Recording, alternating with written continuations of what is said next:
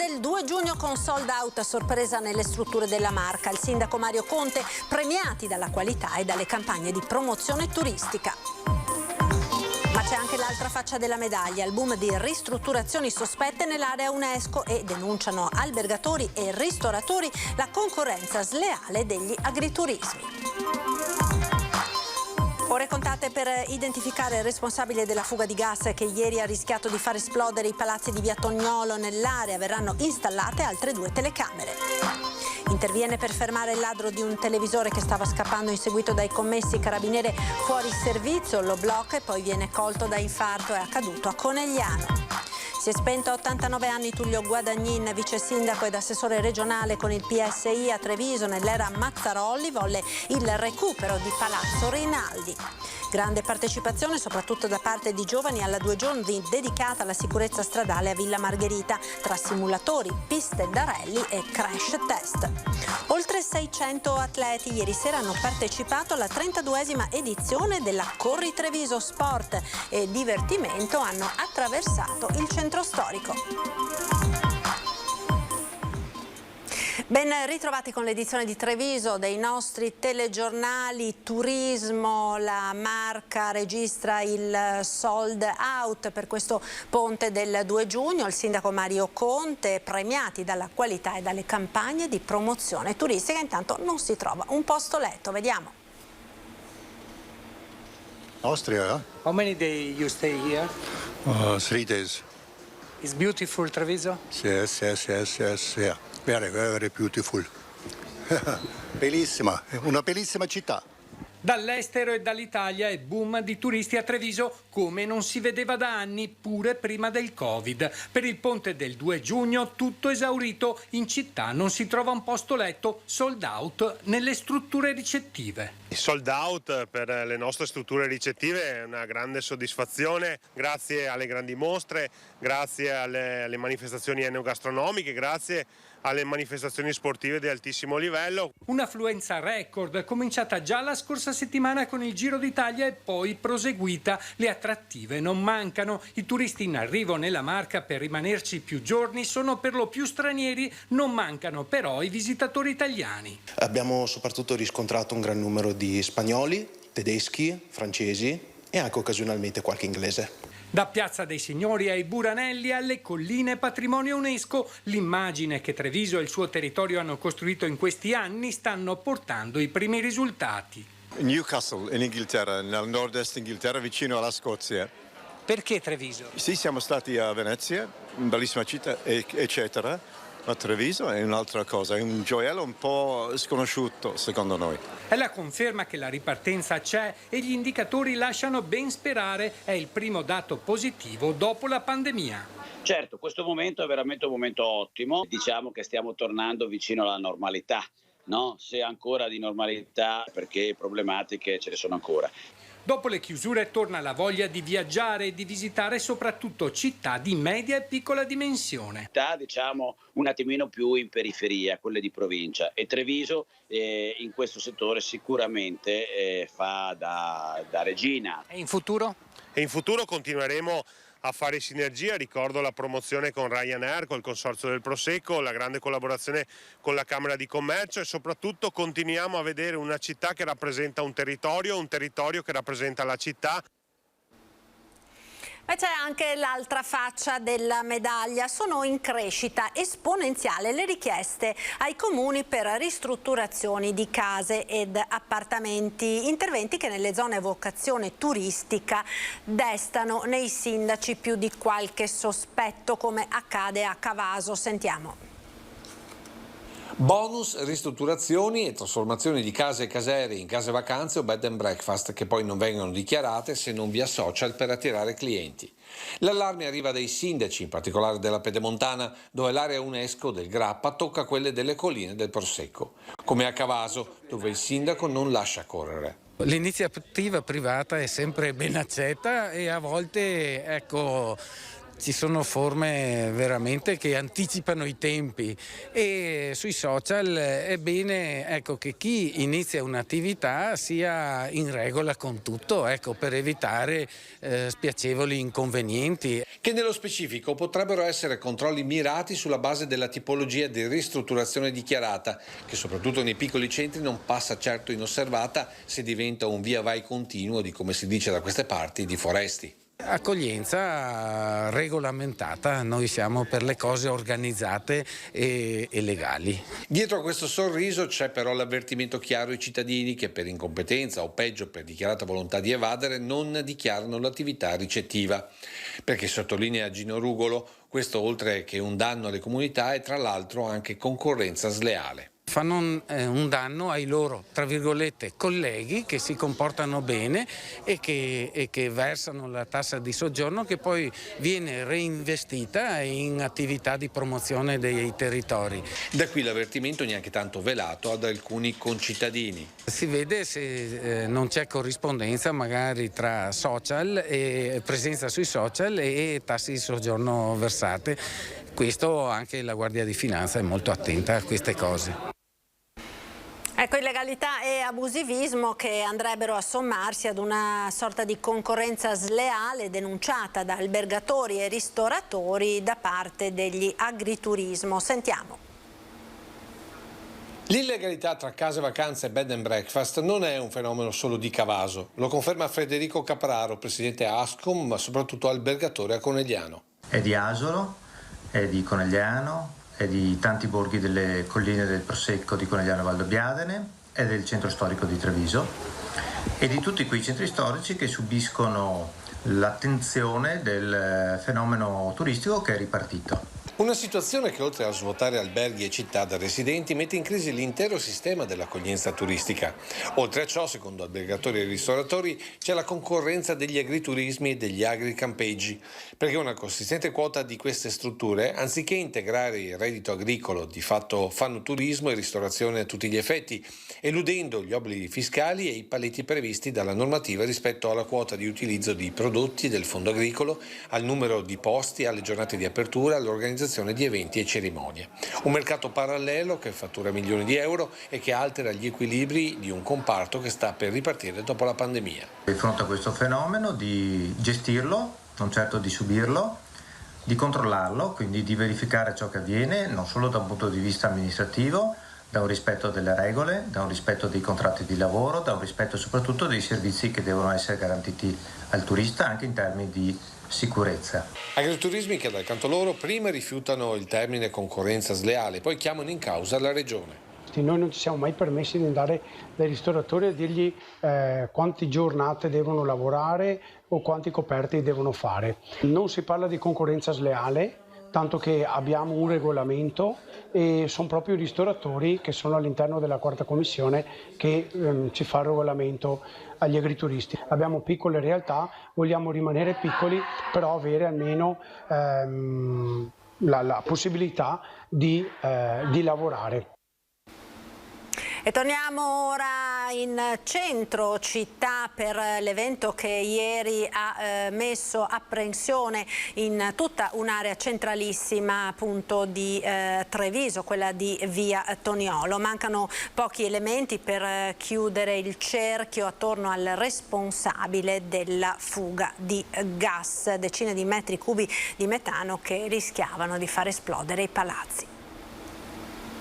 Confermo che le indagini stanno proseguendo da ieri in via continuativa, quindi 6 agenti della polizia giudiziaria si sono messi subito al lavoro per dare un nome e un cognome a questa persona. Ore contate per il responsabile della fuga di gas che ha messo in pericolo il cuore di Treviso. Anche oggi gli agenti della polizia locale sono tornati sul luogo dove lo sconsiderato trentenne ieri poco dopo mezzogiorno si è appeso con le mani ad una condotta del gas che si è spezzata sotto il suo peso. Decine e decine di metri cubi di metano si sono propagati lungo via Toniolo, entrando dalle trombe delle scale sui condomini e in parte anche in camera di commercio, con un altissimo rischio di esplosione. Lo sgombero immediato delle persone presenti, il distacco della corrente in zona e la provvidenziale chiusura della mandata centrale del gas da parte dei vigili del fuoco hanno evitato il peggio, ma ora si guarda al responsabile con l'appello a presentarsi al comando di via Castello d'Amore per evitare di peggiorare una situazione già molto complicata. Ora si attendono i riscontri sulle impronte digitali, ma già gli agenti sanno chi è, grazie alle telecamere posizionate lungo la scalinata. Ancora una volta il sistema di videosorveglianza cittadino ha dato una grossissima mano agli investigatori. Sistema di videosorveglianza che verrà potenziato proprio nella zona in questi giorni. È prevista una nuova telecamera in piazza Borsa e una nuova telecamera in zona via Fiumicelli, via Zorzetto. Accanto alla videosorveglianza però è essenziale la presenza degli agenti anche per il decoro, come oggi nell'identificazione di un vagabondo ai giardinetti, in un momento di forte presenza turistica in città. Così come per la scalinata dei Perdigiorno, che già ieri sera, poche ore dopo l'atto sconsiderato e la fuga di gas, è tornata teatro di abuso di alcol, testimoniato dai cocci di bottiglie, e di abbandono di rifiuti tutt'attorno. Segnali che l'amministrazione comunale non può sottovalutare. Tenta di rubare un televisore e scappa, finisce a calci e pugni con gli addetti del negozio ed un carabiniere fuori servizio intervenuto in loro aiuto. Il ladro è stato arrestato, ma poco dopo il militare si è sentito male, è stato colto da infarto ed è stato portato all'ospedale. È accaduto ieri a Conegliano. Ha rubato un televisore all'Interspar di Conegliano ed ha cercato di scappare, rincorso da due addetti del negozio che l'hanno raggiunto cercando di bloccarlo. Ne è nata una colluttazione che ha coinvolto anche un brigadiere dei carabinieri fuori servizio che si trovava nei pressi del negozio e, visto quanto stava accadendo, è intervenuto per aiutare i commessi ed impedire il furto. Il brigadiere Marco Giandomenico è riuscito a fermarlo ed immobilizzarlo, nonostante il giovane continuasse a dimenarsi e a opporre resistenza. Tempestivo è stato anche l'intervento di una pattuglia dei carabinieri di Conegliano, chiamati dalla moglie, che hanno arrestato il ragazzo. Poco dopo il brigadiere, 50 anni, in servizio al radiomobile di Conegliano, ha avuto un malore. Subito soccorso, è stato portato all'ospedale cittadino, ora si è ripreso e sta meglio. Intanto stamane l'arresto è stato convalidato e, ravvisando il magistrato le esigenze cautelari, lo straniero ha precedenti per reati contro il patrimonio ed è senza fissa dimora, è stato trasferito nel carcere di Vicenza. E sulla vicenda è intervenuto poco fa anche il presidente della Regione Veneto Luca Zaia. Nonostante fosse fuori servizio non ha esitato di intervenire, un gesto nobilissimo che merita un plauso, e al riconoscimento per l'alto valore del comportamento aggiungo ovviamente i miei auguri di pronta guarigione. Con queste parole il presidente della Regione Veneto ha commentato l'intervento del carabiniere trevigiano, che ora si trova appunto ricoverato all'ospedale di Conegliano per le conseguenze dell'infarto. Attività di contrasto allo spaccio di stupefacenti in provincia di Treviso. I carabinieri hanno arrestato ieri sera due giovani, uno a Castelfranco, l'altro a Montebelluna.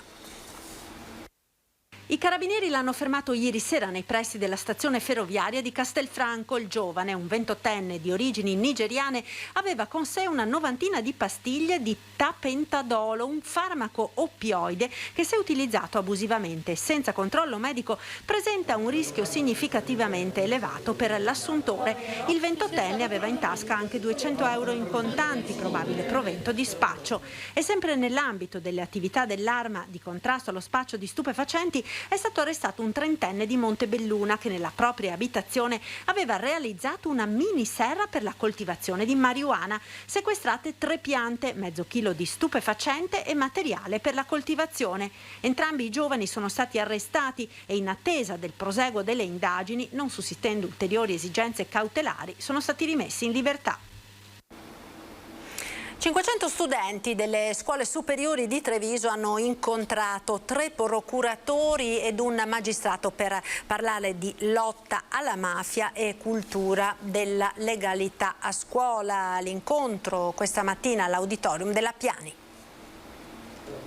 500 studenti di 4 licei di Treviso hanno incontrato 3 procuratori e 2 magistrati per parlare di mafia e criminalità, un'occasione per riflettere sul significato del fenomeno mafioso oggi e degli intrecci che si sono venuti a creare tra criminalità organizzata, società e istituzioni. Indifferenza e silenzio devono essere abbattuti quando si parla di mafie. Per questo motivo è necessario istruire i giovani su un fenomeno criminale in grado di mettere in pericolo il loro futuro, per formarli all'educazione insieme alla legalità, materia introdotta come tema di studio nelle scuole proprio a seguito delle stragi di Capaci e di Via D'Amelio, delle bombe di Milano, Firenze e Roma, eventi tragici che sconvolsero il paese e che resero forte la percezione di una minaccia al sistema democratico. Quanto è importante incontrare i giovani e parlare delle mafie? È fondamentale, lo facevano Rocco Chinnici, il generale della Chiesa, Paolo Borsellino, Nino Caponnetto, tanti altri magistrati, perché capiscano che la legalità non è un fastidio, una questione di guardie e ladri, che se ne occupino loro e noi stiamo a guardare. La legalità è un vantaggio, conviene, migliora la qualità della nostra vita. Per esempio, meno mafia, meno rapina di risorse del nostro paese. Le mafie ci portano via ogni anno 150 miliardi di euro mal contati, sono sicuramente di più. E quindi ecco che ci manca un'infinità di cose che se ci fossero potremmo avere qualcosa in più, un campo sportivo in più, un centro per anziani in più e via seguitando. Ai ragazzi bisogna veramente fargli capire qual è la modalità operativa di oggi della mafia, che è quella del reinvestimento dei fiumi di denaro che guadagna dai traffici illeciti a partire dalla droga eccetera, e che reinvestono in tutti i settori economici. Una giornata di educazione alla legalità che tutti gli studenti hanno dimostrato di apprezzare. Saremo e rappresenteremo il futuro della società e quindi è importante che non riaccada ciò che è successo. E poteva essere l'ennesima tragedia della strada, l'incidente che si è verificato oggi pomeriggio a Susegana in via Morgante. Una ragazza, per cause ancora in corso di accertamento, ha perso il controllo della sua auto che è precipitata in una scarpata per una cinquantina di metri. Una carambola impressionante dalla quale incredibilmente la giovane è uscita illesa. Sul posto sono intervenuti i sanitari del 118. E di sicurezza stradale si è parlato nella 2 giorni organizzata a Villa Margherita tra simulatori, piste da rally e crash test. Grande partecipazione soprattutto da parte dei giovani. Vediamo. L'impatto è laterale, ma l'auto si ribalta più volte, mica una volta. L'auto che prende velocità e carambola, ecco che cosa potrebbe accadere in caso di un incidente stradale. La simulazione è realizzata grazie al simulatore di ribaltamento, una delle esperienze che è stato possibile fare nella 2 giorni dedicata alla sicurezza stradale in Villa Margherita. Per i grandi ma anche per i più piccoli è stato possibile pilotare una motocicletta, guidare un'auto da rally a grande velocità e realizzare che cosa significa fare un incidente, un'esperienza che ha coinvolto molti bambini.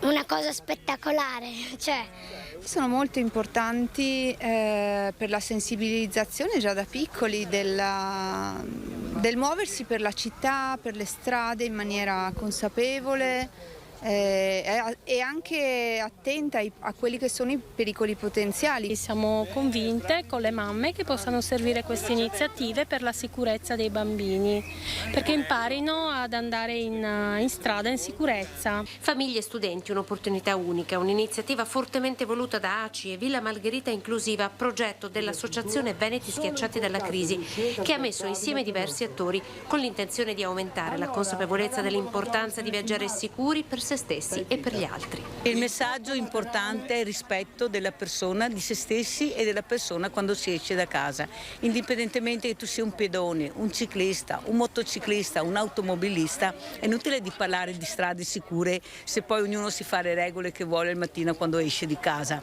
Questa è la storia, tutti quanti dobbiamo fare un passo in più, la famosa goccia sul mare. È una cosa importantissima quello che stanno facendo, perché manca educazione, manca rispetto sulla strada, ma non solo con le macchine, ma anche con le biciclette, anche i pedoni a volte, sempre con le cuffiette, sempre col telefonino. E il problema grande sulle strade è che siamo troppo disattenti tutti a questa iniziativa che secondo me è validissima. I ragazzi sono il primo pensiero, naturalmente però anche coloro che vanno in strada anche da più tempo devono capire che condurre un'auto non è una passeggiata e quindi c'è anche bisogno di fare delle esperienze di un certo tipo. Circuiti per bici e minicar, stand delle forze dell'ordine. Tra le esperienze offerte anche un test che monitorava i tempi di reazione del campo visivo.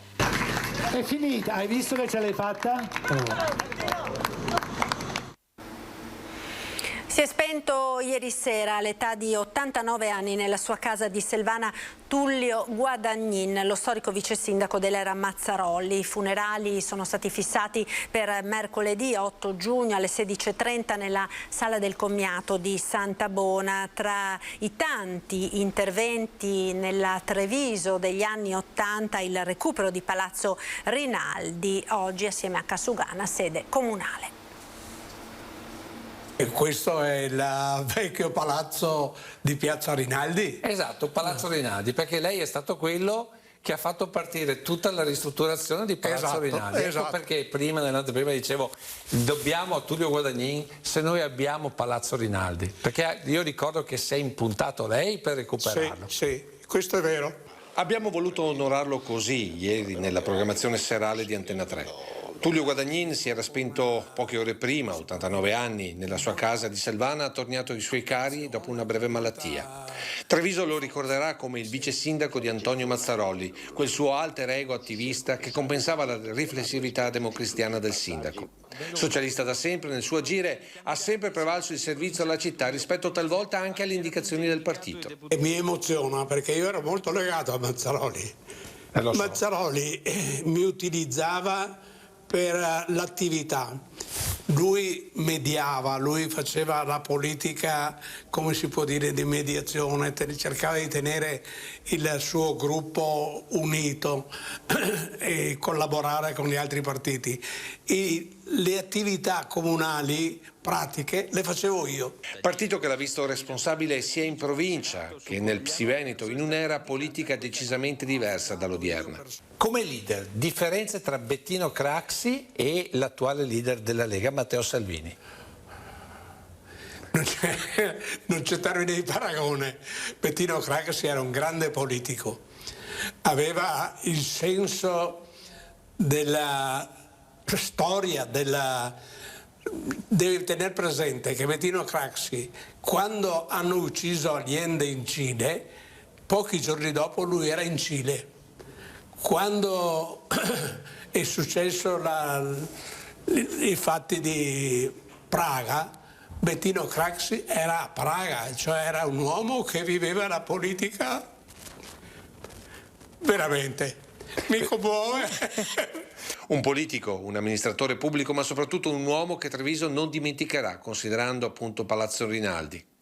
L'ultimo saluto a Tullio Guadagnin è fissato mercoledì 8 giugno presso la sala del commiato nel cimitero di Santabona. Ci fermiamo ora per qualche istante di pubblicità, tra poco restate con noi.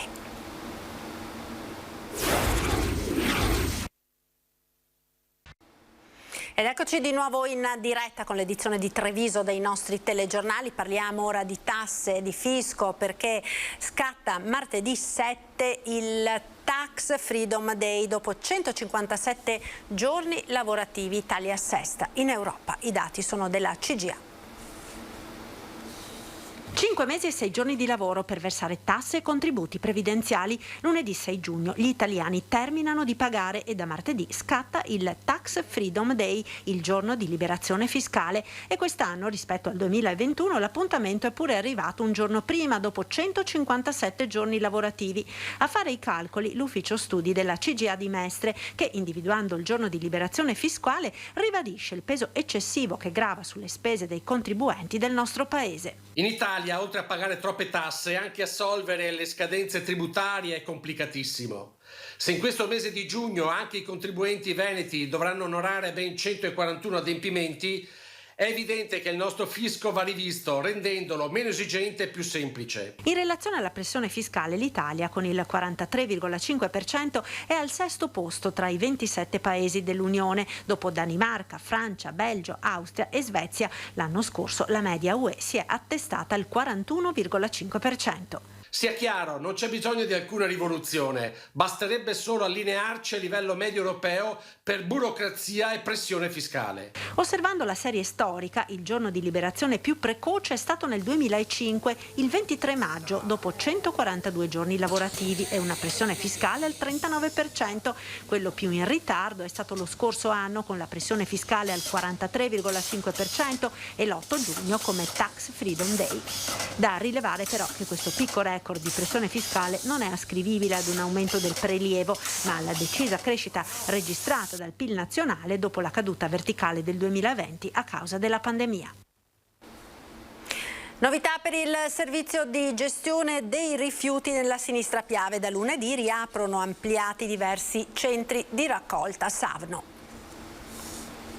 Il nostro piano è di creare sempre più spazio per poter suddividere sempre di più, perché abbiamo visto che più si divide, più si riesce a recuperare, e questo è il fine dei nostri centri di raccolta. Si sono conclusi i lavori di ampliamento del centro di raccolta Savno di San Vendemiano. L'ecocentro, rinnovato per consentire un migliorato accesso alla struttura e una maggiore differenziazione dei rifiuti, tornerà al servizio dei residenti a partire da lunedì prossimo, 6 giugno. Quanti impianti verranno rinnovati? Quasi tutti, sono 38, quindi se immagini sono quasi tutti a mettere a posto. Ecco, il problema è che sono tutti impianti piccoli che voi tendete ad ampliare.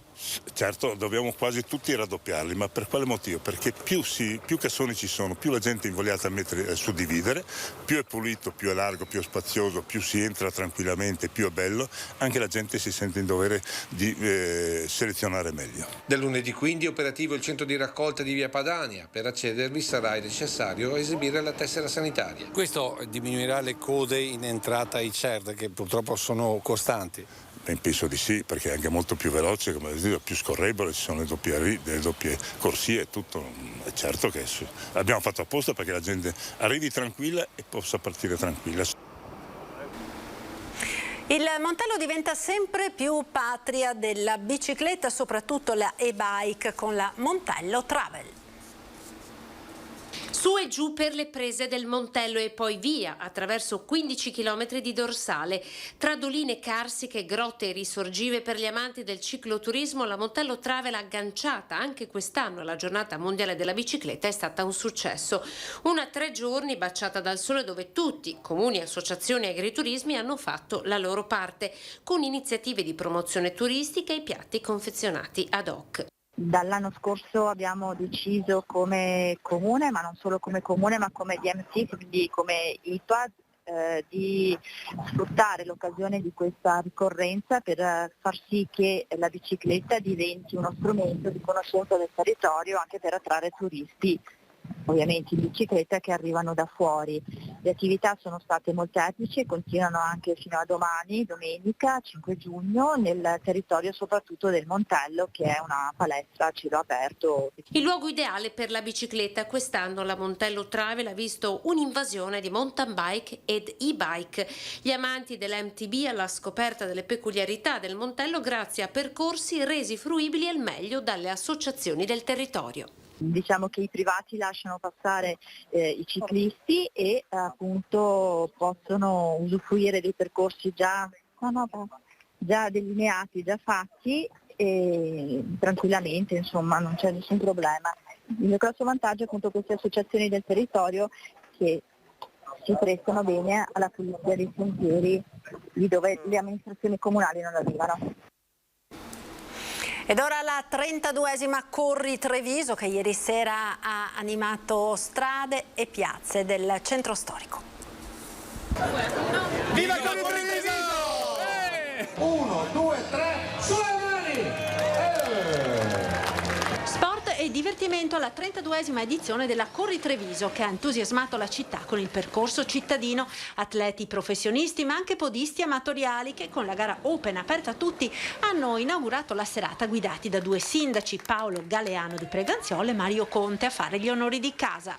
Treviso, città europea dello sport, diceva bene il vice sindaco De Checchi, e questi eventi lo confermano, no? Dal Giro d'Italia, da Cori Treviso, arriverà una grande manifestazione con il rugby. Insomma, fare sport fa bene anche ai sindaci, a qualcuno fa più bene di altri e si vede anche, però io auguro davvero una buona corsa all'amico Paolo, auguro una buona corsa a tutti e ricordo che è vietato superare il sindaco di Treviso.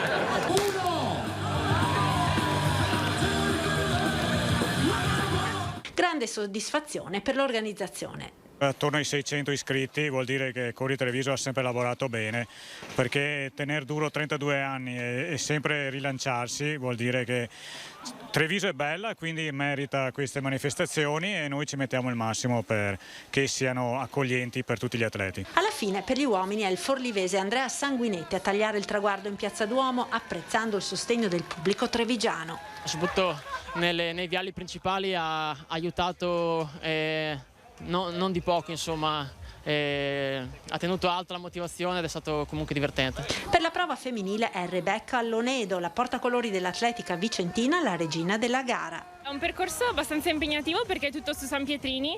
Purtroppo oggi anche il clima ha un po' influenzato perché c'è stata molta umidità, però devo dire che è stata una gara di alto livello. 2, 1, sì!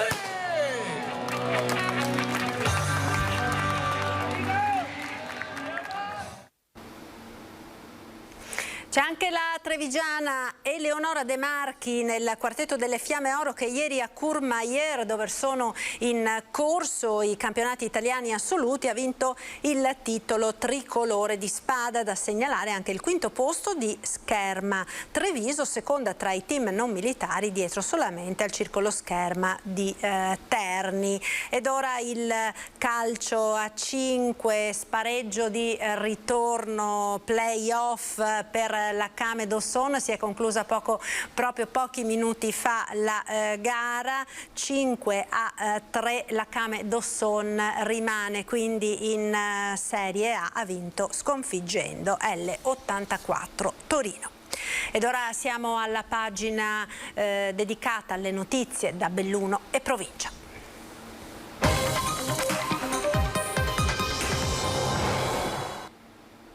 Montagna e bici, c'è una novità per tutti gli appassionati della bicicletta che in treno potranno raggiungere le meravigliose vallate del Cadore fino a Cortina. Vediamo. Un treno davvero speciale dedicato agli amanti della bicicletta.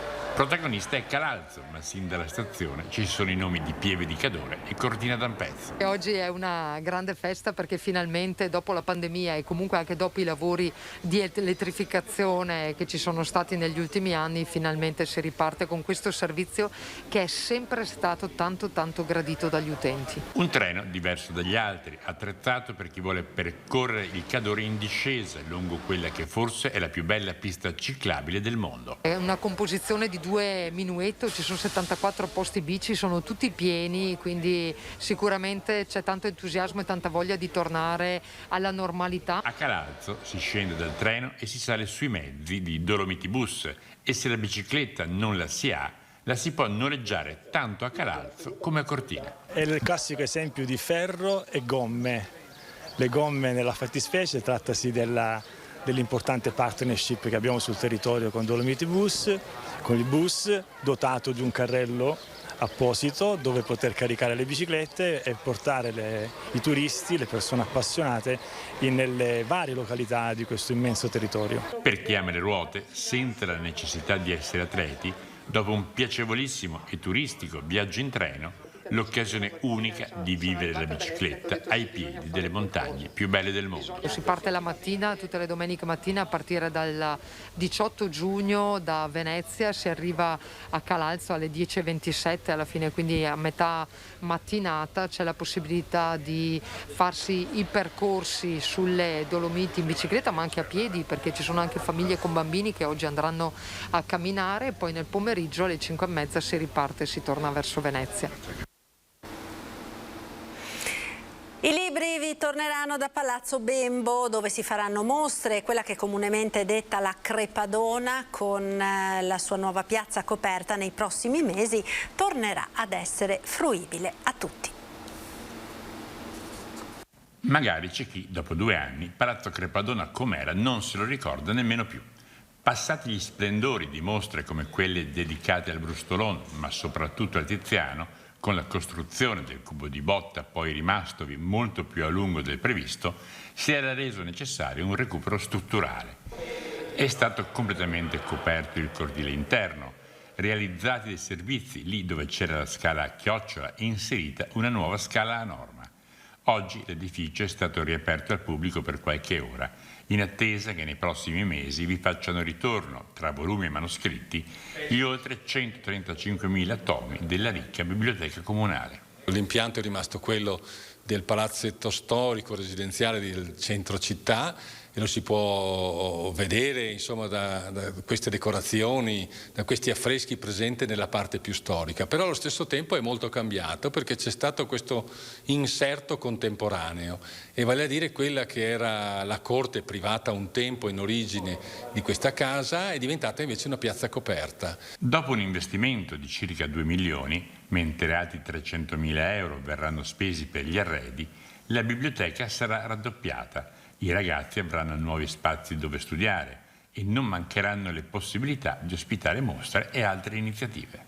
Uno spazio che partendo proprio, dicevamo, dal piano terra, nell'accezione più ampia, quindi di uso urbano, consenta però anche il collegamento con i piani superiori dove si troverà una biblioteca di quasi 3.000 metri quadrati, quindi uno spazio a disposizione degli studenti, proprio per quegli studenti che gravitano su Belluno, ma anche per quelli che ovviamente qui ci vivono, per studiare. Uno spazio che ha acquistato una quantità di luce fenomenale, quindi è proprio l'elemento e la cifra che lo caratterizza.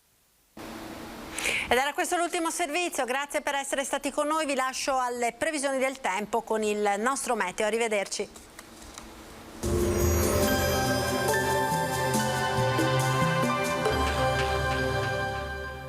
Da oltre 40 anni Bacifrutta c'è per te. Da qualità e risparmio Bacifrutta c'è per te. Selezioniamo il prodotto, Bacifrutta c'è per te. Benvenuti al meteo. Weekend contrassegnato dalla presenza dell'alta pressione africana. Bel tempo dunque e clima rovente. Vediamo il dettaglio di domenica 5 giugno. Sul Veneto la grafica ci mostra un contesto decisamente soleggiato. Il cielo infatti si presenterà sereno. Nel pomeriggio qualche nube, specie sulle zone montane, con occasionali acquazzoni. Temperature in ulteriore aumento, minime tra 18 e 22 gradi, massime comprese invece tra i 27 e i 34 gradi. Ci spostiamo ora sul Friuli Venezia Giulia, anche qui ci attende una splendida giornata all'insegna del sole, il cielo sarà limpido e sgombro da nubi. Temperature minime tra 18 e 22 gradi, massime sui 31-33 gradi. Infine diamo uno sguardo alla situazione del Trentino Alto Adige, dove inizialmente sarà buono, entro sera qualche temporale a carattere sparso. Temperature minime intorno ai 15-18 gradi, massime sui 33-34 gradi. Dal meteo per ora è tutto, vi auguro un buon proseguimento con Antenna 3.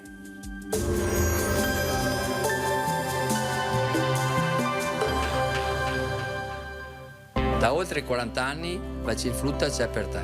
Da qualità e risparmio Bacifrutta c'è per te. Selezioniamo il prodotto, Bacifrutta c'è per te.